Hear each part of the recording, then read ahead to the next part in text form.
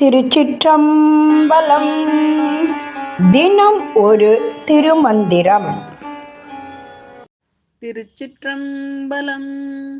இருதயம் தன்னில் எழுந்த பிரானன் கரச்சரணாதி கலக்கும் படியே அரதனமன்றினில் மாணிக்க கூத்தன் குரவனயங்கணம் கூத்து கந்தானே. திருச்சிற்றம்பலம். இருதயம் தன்னில் எழுந்த பிராணன் என்று தொடங்கும் பாடலை இப்பொழுது காண இருக்கிறோம். இதயத்திலிருந்து மேலே எழுந்த பிராணன். பிராணன் என்றால் என்ன? பிராணவாயு. உடல் முழுவதும் நன்றாக கலந்து விளங்கும்படி மூலாதாரத்தில் செவ்வொளி வீசும் அக்னியாக விளங்கும் பிரான் விரிந்து பரந்த தன் ஒளி வடிவால் ஜீவனின் உடலிலும் விளங்கினான். ஜீவனின் உடலை கடந்தும் விளங்கினான். ஆஹா, இவ்வளவு அழகாக கூறுகிறார் பாருங்கள். அதாவது அந்த பிராணன் என்பதே கடவுள் என்று அழகாக கூறிவிட்டார். நம் உடலின் ஆதாரமான இதயத்தின் நடுவில் அல்லது நெஞ்சின் உள்ளே இருக்கும் மூலாதாரத்தில் இருந்து மேல் நோக்கி எழுகின்ற பிராணசக்தி, சுவாசம், உயிராற்றல் என்று கூறுகிறோமே, அந்த பிராணசக்தி என்ன செய்கிறது? அந்த பிராணன் கை கால் முதலான, அதாவது கர சரணம் என்று கூறுகிறோமே, அதைத்தான் கூறுகிறார். உடலின் பாகங்கள் அனைத்திலும் பரவி விடுகிறது. பிறகு அது கலந்து இயங்க செய்யும்படியாக யோக நிலையில் பிராணனை செலுத்துதல். விலையில்லா பொன்னம்பலம் போன்ற சிறப்பு வாய்ந்த உடம்பின் உள்ளே உள்ள ஞான சபையாகிய இடத்தில் மாணிக்கம் போல பிரகாசிக்கும் ஒளி பொருந்திய நடராஜ பெருமான், அதாவது மாணிக்க கூத்தன் தான் சிவன். அந்த நடராஜ பெருமானாகிய சிவன் என்ன செய்கிறான்? அவரே குருவாக எல்லா இடங்களிலும் அந்த கூத்து ஆடுகிறான், விரும்பி நடனம் ஆடுகிறார் என்ற கருத்தை தெரிவிக்கிறது இந்த பாடல்.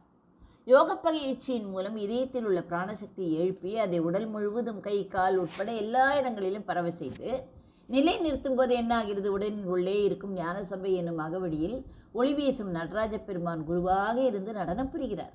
இந்த நடனம் உடலுக்குள்ளும் வெளியிலும் எல்லா உயிர்களிலும் விரும்பி ஆடும் பரம்பொருளின் ஆடலாகும். இதுவே பிராணாயாமம் மற்றும் தியானத்தின் மூலம் சிவனை உணரும் தத்துவமாகும். இந்த கூற்றுக்கு அடிப்படையான கதையை இப்பொழுது நாம் பார்க்க போகிறோம். திருமூலர் உள்ளிட்ட சித்தர்களின் கொள்கைப்படி வெளியில் இருக்கும் கோயில் மட்டுமல்ல, நம்முடைய மனித உடம்பே நடராஜ பெருமான் நடனமாடும் ஆலயம் ஆகும் என்று கூறுகிறார். நெஞ்சுக்குள்ளே இருக்கும் பிராணசக்தியின் இருப்பிடமே அரதன மன்றம். அரதன மன்றம் என்றால் என்ன? பொன்னம்பலம். யோக பயிற்சியின் முதல் படி சுவாசத்தை கட்டுப்படுத்துதல். அதுதான் கட்டுப்படுத்தும் பிராணாயாமம் ஆகும். இதயத்திலிருந்து கிளம்பும் பிராணசக்தியை கட்டுப்படுத்தி உயிரை உடலின் எல்லா பாகங்களுக்கும் சீராக செலுத்துவதே இதன் நோக்கமாகும். இந்த சீரான பிராண ஓட்டமே கை கால் என எல்லா உறுப்புகளையும் உயிர்ப்புடன் இயங்க வைக்கிறது. பிராணாயாமம் மற்றும் தியானம் முதிர்ச்சி அடையும் போது யோகியின் உள்ளத்தில் உள்ள இருள் நீங்கிவிடுகிறது. மாணிக்கம் போல் பிரகாசமான ஞான ஒளி தோன்றுகிறது. அந்த ஒளியாகவே நடராஜ பெருமான், மாணிக்க கூத்தன் என்று கூறுகிறோமே, அந்த நடராஜ பெருமான் காட்சி தருகிறார்.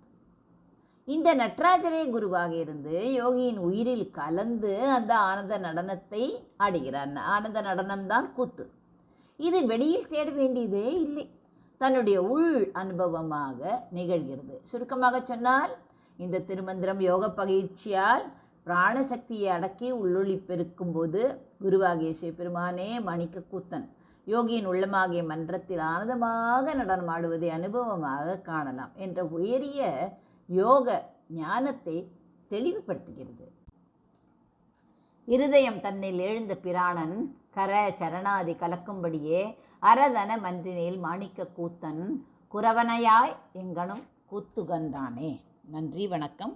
உமா பாலசுப்ரமணியன்.